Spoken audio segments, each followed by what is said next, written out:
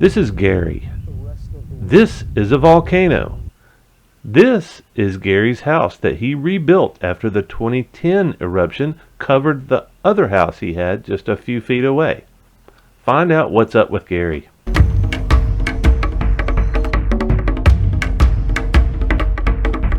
My name is Gary Sleik. I've been living here for most of 16 years. Moved here from Wisconsin in 2005, and I've been able to watch most of this lava flow that you see out here. And I built a house on my property in 2005, and it was consumed by the lava in 2010. And then I kind of traveled North America in a van for 3.5 years, and I came back and built this house in 2014. And once again, the lava was out there because the lava had stopped flowing out in this area at that point in time. And then in 2016, the lava started flowing about 4 miles out in that direction. And once again, I was able to start walking out and seeing lava on a regular basis again.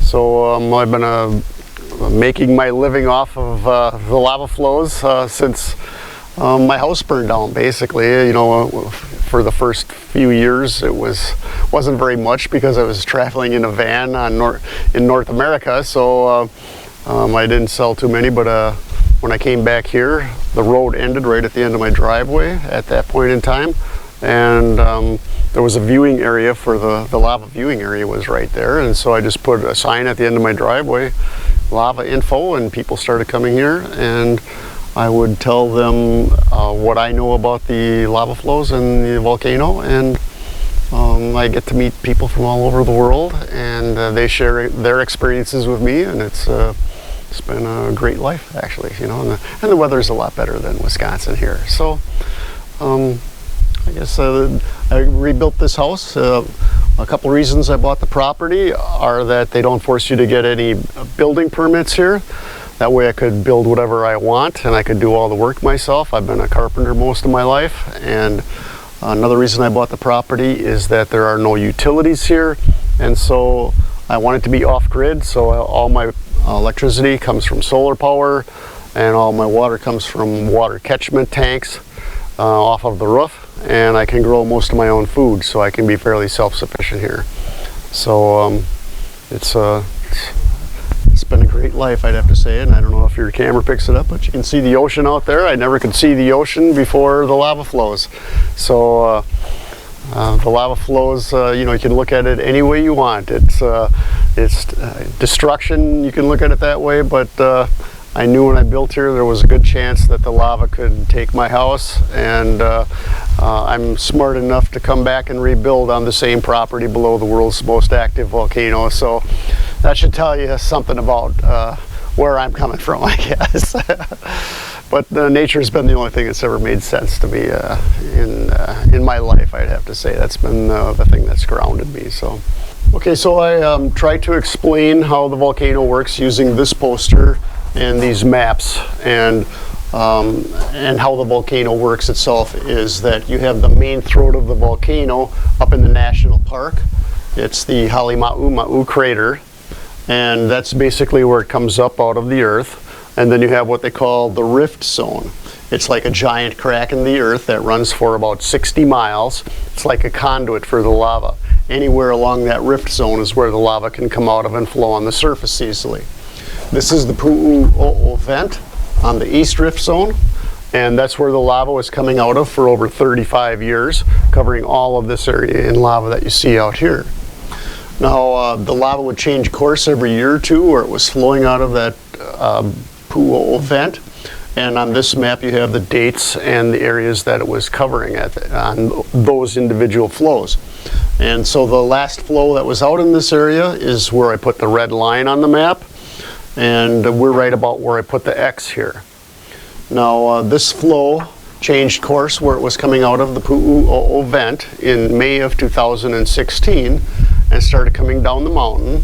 This is the morning it made it to the base of the mountain about 4 miles out this way. There's these little areas of green out here that were missed by the previous lava flows, and so invariably when a new flow comes down the mountain, it'll go into one of those areas missed by the previous flows, because that's lower than the surrounding area that built up with lava. So this flow burned almost all of the trees in that area missed by the previous flows. Then as it was going across the more level coastal plain towards the ocean, this is the morning it covered the new highway that they had just put in about a year earlier when the lava was getting close to Pahoa Village up on the hill. At that time they decided to put 8 miles of highway back in here that were covered by lava in, at that time, 31 years of continuous activity from the Pu'u'o'o vent. So this is the morning it started to cross that highway that they had just put back in, and eventually it covered 3/4 of a mile of the highway again. The next day it made it to the ocean, started to drop off the cliffs and form this new land out in the ocean. All of that new land is very unstable. Pieces of that can collapse and fall into the ocean at any time. Eventually all of the silver area built up out in the ocean. Now if the lava finds a path or a channel that it's easy for it to flow through, well, it will find a path or channel that it's easy to flow through, and it'll continue to flow there. And as soon as it hits the air, it starts to cool and solidify on the surface. Basically it's turning into rock. So if it keeps flowing in that same path or channel, that rock crust that forms will get thicker and thicker until eventually it becomes self-supporting and creates what they call a lava tube. It's like a cave that it forms for itself to flow through. And that cave or tube will insulate the lava so it can stay hotter in there and flow much easier. So it had formed a tube going from the Pu'u'o'o vent all the way to the ocean entry, about 7 miles. So when I took this photo, it was under the surface in that tube and you didn't see the lava. Well, then on New Year's Eve of 2016, all of this new land collapsed and fell into the ocean, along with some of the existing coastline. 26 acres in all fell into the ocean at that time. When that all fell into the ocean, it exposed that lava tube that had been supplying that ocean entry. So here you have the lava shooting right straight out of the cliff, out of that lava tube, dropping 60 feet into the ocean. This is called a fire hose. I've been here for 16 years. I've never seen anything quite like that out there before. Now in this photo you have a person here to give you a size perspective. He's kind of hard to see because he's very small compared to everything out there. I'm going to guess that this fire hose is about 8 feet in diameter, where that lava is just pouring out of there. To give you an idea of the volume of lava that flows from the volcano here, in 35 years of continuous activity, the average volume of lava was 400,000 cubic meters a day. It's just a crazy number to think about, but that's what created all the islands, so it's a good thing. So in this photo you have a picture of the boat here that is 42 feet long, to give you another size perspective as to how big that fire hose is. Wow. I usually go out at 3 or 4 in the morning. That way I can spot the lava in the dark easily, and then I'll shoot until the sun comes up, because the sun reflects off the crust and you lose all of your color in your photos. Well, this was completely different because that lava tube would keep that lava much hotter, and it's flowing, it's just pouring out of there. There's no chance for a crust to form on the surface, and that crust reflects the sunlight and everything looks silver.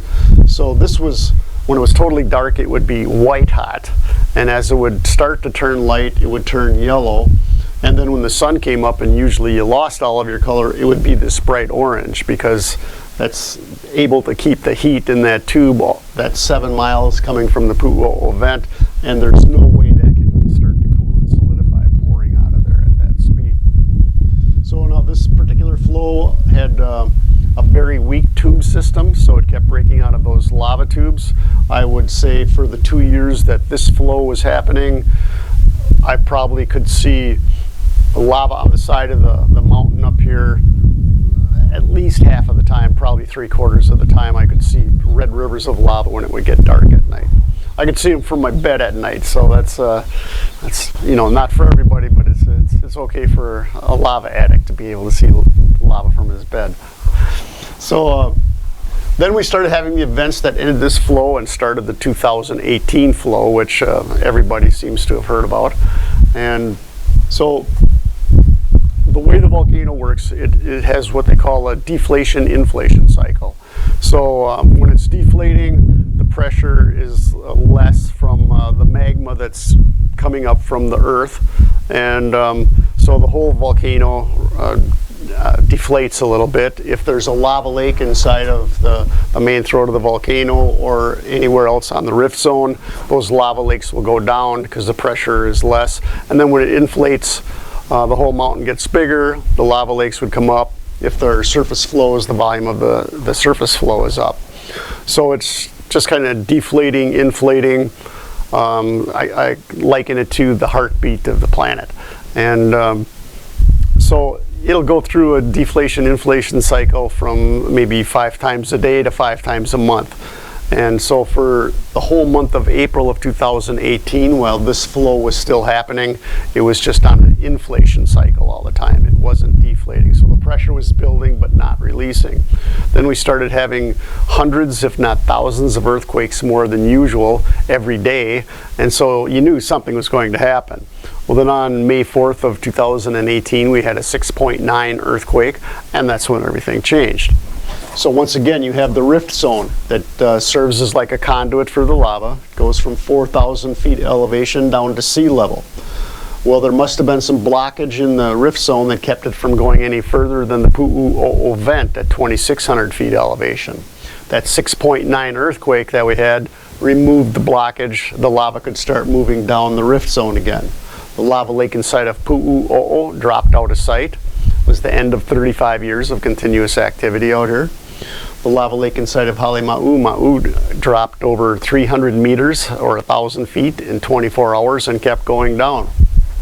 So the dam was broken basically. The lava moved down to this area where I put the red on the map. Now this map is a blow up of where that activity started. So you came in here on Highway 130. About 7 miles up the road, you might have noticed there was some steam that was on the side of the road in places up there. Right after that 6.9 earthquake and the lava started moving down, cracks opened up in the road and alongside the road and steam started coming out. No lava came out there. It moved under the surface over to this area where these fissures would open up. A fissure would be a crack or a hole in the ground that would open up with steam and lava spatter, maybe a little bit of lava flowing out of there. And it kept moving around. Maybe 2 or 3 of those 24 fissures and all that opened up would be active at one point in time. Well, finally, fissures number 20 and 22 started flowing lava. That came down here, crossed the highway, and went into the ocean for just a few days. Then that stopped. It concentrated in fissure number 8. That came over here and covered all of this area in lava. In 3 months' time, it covered 13.7 square miles of land with lava. Added 875 acres of new land to the island. Burned over 700 houses up in that area, but those are just houses that had building permits. There might have been another 700 that didn't have building permits. So I don't know what the real number would be on that. So this flow was a much higher volume of lava. When it was flowing out here, once again, it was 400,000 cubic meters a day. When it was coming out of fissure number 8, it was up to 8 million cubic meters a day, 20 times the volume. So basically the whole system just kind of flushed out, and then there was absolutely no activity from August of 2018 until December of 2020. And then we got a lava lake that showed up again in the bottom of the Halema'u crater. And what happened up there with the Halema'u crater is that in 2018, when we were having all of those earthquakes, and then that lava lake that was in the bottom of the crater dropped over 1,000 feet in 24 hours. It kept going down. Eventually it got below the water table, and so the water was pouring in on top of the lava or the magma under the surface and would create steam explosions, and there would be It would start at like 20 steam explosions an hour, and it would build up to 40 steam explosions an hour, and then there would be one that would register about 5.3 on the Richter scale, and then it would go back down to 20 and build back up to a 5.3 again. And it did that every day. It'd kind of go up to a 5.3 and back down for about a month, along with all the earthquakes. So that crater didn't have any lava inside of it to hold it all together anymore. All that explosive activity and the earthquakes collapsed that until finally it sealed off between the magma and the water table. Well, then what ended up happening is water showed up in the bottom of the crater for the first time in recorded history. So everyone was a little concerned about what was going to happen with that, when eventually that lake of water that ended up being over 300 feet deep was going to meet the pool of magma that was much deeper, because more than likely eventually that's going to happen. Well, then we started having earthquakes that got closer to the surface up at the Halemaumau crater, and then on I believe it was December 20th, we had a 4.4 earthquake, and lava started coming out in the crater up there. Fortunately, it came out above the water lake, and so it just, instead of the entire pool of magma, it came up, and that lava came down in and evaporated that 300-foot deep lake out of there in just a few hours' time.